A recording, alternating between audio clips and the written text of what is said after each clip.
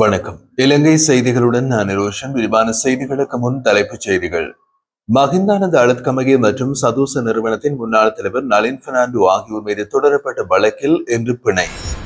முன்னாள் நாடாளுமன்ற உறுப்பினர்களுக்கான ஓய்வூதியத்தை ரத்து செய்வதாக அரசாங்கம் எடுத்த முடிவுக்கு எதிராக ஓய்வு பெற்ற நாடாளுமன்ற உறுப்பினர்களின் சங்கம் கடும் நடவடிக்கை.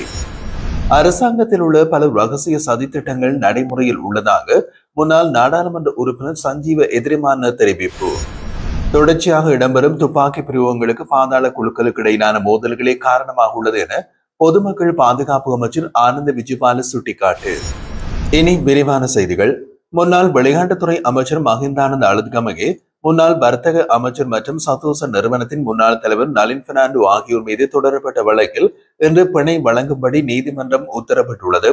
சதோசா ஊடாக 14,000 கரம் மற்றும் தான் பலகைகளை அரசாங்க நிதியை தவறாக பயன்படுத்தி கொள்வனவு செய்து அவற்றை அரசியல் லாபம் நோக்கில் விளையாட்டு சங்கங்களுக்கு விநியோகித்ததாக கூறப்படும் மோசடி தொடர்பான வழக்கில் மஹிந்தானந்த அழுத்கமகே, நளின் பெர்னாண்டோ மற்றும் விளையாட்டுத்துறை அமைச்சின் முன்னாள் செயலாளர் ஓய்வு பெற்ற ராணுவ மேஜர் ஜெனரல் நந்த மல்லவராட்சி விளக்கமறியலில் வைக்கப்பட்டிருந்தனர். இந்த வழக்கு இன்று கொழும்பு மேல் நீதிமன்றத்தில் விசாரணைக்கு எடுத்துக் கொள்ளப்பட்ட போது நீதிபதி மஞ்சுள திலகரத்ன மூவருக்கு பிணை வழங்க உத்தரவிட்டார். இருப்பினும் பிரதிவாதிகளான மஹிந்தானந்த அழுத்கமகே மற்றும் நளின் பெர்னாண்டோ ஏற்கனவே சிறை தண்டனை அனுபவித்து வருவதால் அடுத்த நீதிமன்ற நாளில் அவர்களை நீதிமன்றத்தில் நேரில் முன்னிலைப்படுத்துமாறும் நீதிபதி உத்தரவிட்டுள்ளார். மக்களின் பிரச்சனைகள், சவால்கள் மற்றும் துன்பங்களை பற்றி பாராளுமன்றத்திலும் அதற்கு தொடர்ந்து குரல் கொடுத்து வருவதாக எதிர்க்கட்சி தலைவர் சஜித் பிரேமதாச தெரிவித்துள்ளார். மக்களுக்கு உரிய நிவாரணங்களை வழங்க அரசாங்கத்தை வலியுறுத்தும் போது அதை சிலர் தவறாக புரிந்து எதிர்ப்பதாகவும் அவர் கூறியுள்ளார்.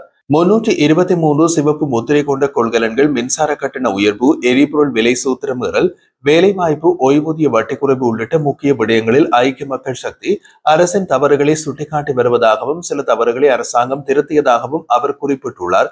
அனுராதபுரம் வைத்தியசாலை புதுப்பிப்பு நிகழ்வில் கலந்து கொண்ட அவர் கல்வியில் சீர்திருத்தம் என்ற பெயரில் வரலாற்று பாடங்களை நீக்கும் முயற்சி தவறானது என்று விமர்சித்துள்ளார். தரமான கல்வி, தொழில்நுட்ப கல்வி, ஆங்கிலம் உள்ளிட்ட புதிய வாய்ப்புகளை உருவாக்க வேண்டும் என்பதே ஐக்கிய மக்கள் சக்தியின் நோக்கம் என்றும் அவர் வலியுறுத்தினார். சர்வதேச நாணய நிதியத்தினுடனான ஒப்பந்தம் காரணமாக மின்சாரம், எரிபொருள் விலைகள் உயர்ந்துள்ளதாகவும் அரசு அதன் கட்டுப்பாட்டிலேயே இயங்குவதாகவும் விமர்சித்தார். நாடு பாதுகாப்பற்ற நிலையை எதிர்கொள்வதாகவும் விவசாயிகள் பல பிரச்சனைகளால் பாதிக்கப்படுவதாகவும் சஜித் பிரேமதாச கவலை வெளியிட்டுள்ளார். எங்களின் ஒரே ஒப்பந்தம் மக்களுடனேயே, அவர்களுக்கான நம்பிக்கையினை உயிரை விடவும் பாதுகாப்பேன் என்று சஜித் பிரேமதாச உறுதியளித்தார். 6 வயதுக்குட்பட்ட சிறுமி சிறுவர்கள் கைபேசிகளை பயன்படுத்துவதை பெற்றோர்கள் அனுமதிக்க கூடாது என்று மகளிர் மற்றும் சிறுவர் விவகார அமைச்சர் சரோஜினி சாவித்ரி போல்ராஜ் வலியுறுத்தியுள்ளார். சிறுவர்கள் உலகை வெல்ல வாய்ப்பளியுங்கள் என்ற கருப்பொருளில் விகாரமா தேவி பூங்காவில் நடைபெற்றிருந்த சிறுவர் விழாவில் கலந்து கொண்டு உரையாற்றிய போது அவர் இந்த கருத்தினை முன்வைத்தார். தொடர்ந்து அவர் கூறுகையில், குழந்தைகளின் ஆரம்ப வளர்ச்சி கட்டங்களில் அவர்கள் திரைச்செயல்களில் மட்டுமின்றி கற்றல், சமூக உறவுகள் மற்றும் உடற்பயிற்சி போன்ற பன்முக செயல்பாடுகளில் ஈடுபட வேண்டியது முக்கியம் என்றும் பெற்றோர் தங்கள் குழந்தைகளை முழுமையான வளர்ச்சி பெறும் வகையில் தேவையான சூழலை உருவாக்க வேண்டும் என்றும் கூறினார். மனநலமும் உடல் வளர்ச்சியும் மிக முக்கியமானவை என்பதால் பெற்றோர்களும் ஆசிரியர்களும் இதை பற்றி விழிப்புணர்வோடு செயல்பட வேண்டும் என்றும் அமைச்சர் வலியுறுத்தியுள்ளார். முன்னாள் நாடாளுமன்ற உறுப்பினர்களுக்கான ஓய்வூதியத்தை ரத்து செய்வதாக அரசாங்கம் எடுத்த முடிவுக்கு எதிராக ஓய்வு பெற்ற நாடாளுமன்ற உறுப்பினர்களின் சங்கம் கடும் நடவடிக்கைகள் எடுக்க தயாராக இருப்பதாக அறிவிக்கப்பட்டுள்ளது. இது தொடர்பில் ஜெனீவாவில் உள்ள மனித உரிமைகள் ஆணைக்குழுவிலும் நாடாளுமன்றத்திற்கு இடையேயான ஒன்றியத்திலும் முறைப்பாடு அளிக்கப்பட உள்ளதாக சங்கத்தின் செயலாளரும் முன்னாள் எம்பியுமான பிரேமஸ்ரீ மானகே தெரிவித்துள்ளார். அவர் மேலும் கூறிய போது, முன்னாள் எம்பிக்களின் ஓய்வூதியத்தை ரத்து செய்யும் அமைச்சரவை முடிவு மிகவும் அநியாயமானதாகவும் தவறானதும் ஆகும். வயதான முன்னாள் எம்பிக்கள் தங்கள் மருத்துவ செலவுகள் உள்ளிட்ட தேவைகளுக்கு இந்த ஓய்வூதியத்தை மிகுந்த நம்பிக்கையோடு எதிர்பார்த்து வாழ்ந்து வருகின்றனர்.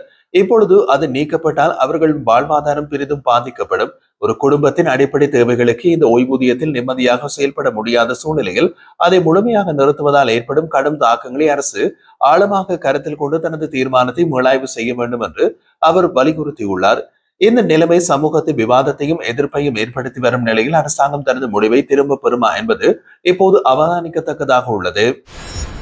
தெற்கு பிரதேசங்களில் தொடர்ச்சியாக இடம்பெறும் துப்பாக்கி பிரயோகங்களுக்கு காரணமாக உள்ளது பாதாள குழுக்களுக்கு இடையிலான மோதல்களே என்று பொதுமக்கள் பாதுகாப்பு மற்றும் நாடாளுமன்ற அலுவலர்கள் அமைச்சர் ஆனந்த விஜயபால தெரிவித்தார். பொதுமக்கள் பாதுகாப்பு குறித்த அச்சங்கள் குறித்து எதிர்க்கட்சி உறுப்பினர்கள் எழுப்பிய கேள்விகளுக்கு பதிலளித்த போது அவர் இவ்வாறான கருத்தினை முன்வைத்துள்ளார். அவர் மேலும் தெரிவித்த போது, அண்மையில் இடம்பெற்றிருந்த துப்பாக்கி பிரயோகங்களை அவதானித்தால் அவை அனைத்தும் பாதாள குழுக்களுக்கு இடையே ஏற்பட்ட மோதல்களின் விளைவாக நிகழ்ந்துள்ளது. இந்த நிலைமையில் பாதாள குழுக்களின் செயல்பாடுகளை கட்டுப்படுத்தும் நடவடிக்கைகள் தீவிரமாக முன்னெடுக்கப்பட்டு வருகின்றன. விசேட அதிரடி படையினரோடு இணைந்து சோதனை மற்றும் தேடுதல் நடவடிக்கைகளும் முன்னெடுக்கப்பட்டு வருகின்றது. நாட்டிற்கு வெளியே இருந்து பாதாள குழுக்களை இயக்குகின்ற நபர்களையும் உள்ளூரில் குற்ற செயல்களில் ஈடுபடுவோரையும் கைது செய்வதற்கு ராஜதந்திர நடவடிக்கைகளும் முன்னெடுக்கப்பட்டுள்ளன.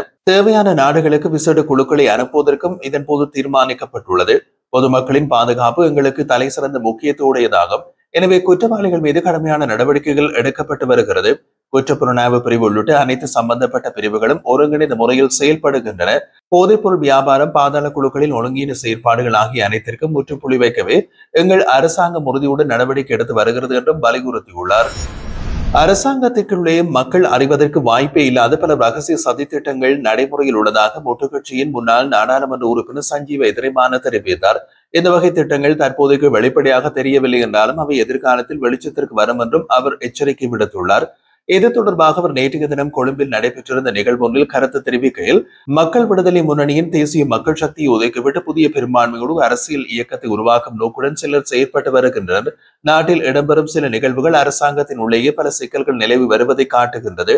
அந்த உள் விவாதங்கள் காலப்போக்கில் வெளிப்பட தொடங்கும். ஜனாதிபதியின் தோற்றத்தில் உற்சாக குறைவு தென்படுகின்றது. எதிர்கட்சியாக இருந்தபோது இருந்த உற்சாகம் இப்போது காணப்படவில்லை.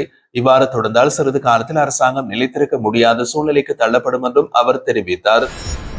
இலங்கை கத்தோலிக்க திருச்சபையின் மக்கள் தொடர்பு இயக்குநராக செயல்பட்ட பாதிரியார் ஜூட் கிருஷாந்த் காவல்துறை சேவையிலிருந்து நீக்கப்பட்டு டிஐஜி நிலாந்து ஜாவர்தனவுக்கு மரண தண்டனை விதிக்கப்பட வேண்டும் என்ற வெளியிட்ட கருத்து குறித்து விளக்கம் வழங்கியுள்ள கொழும்பு மறைமாவட்ட தகவல் தொடர்பு இயக்குநர் சிரில் காமினி பெர்னாண்டோ அது திருச்சபையின் அதிகாரப்பூர்வ நிலைப்பாடு ஆகாது என்று தெரிவித்தார். பாதிரியார் ஜூட் கடந்த ஞாயிற்றுக்கிழமை சொந்த கருத்தை மட்டுமே தெரிவித்தார் என்பதையும் அவர் அதன் காரணமாக வருத்தம் தெரிவித்ததாகவும் எங்களுக்கு அறிவிக்கப்பட்டுள்ளது. இந்த விவகாரத்தில் எந்தவித பிரச்சனையும் இல்லை என்று அவர் கூறினார். இலங்கையிலும் உலகளாவிய அளவிலும் கத்தோலிக்க திருச்சபை மரண தண்டனையை ஆதரிக்கவில்லை என்றும் அவர் வலியுறுத்தியுள்ளார்.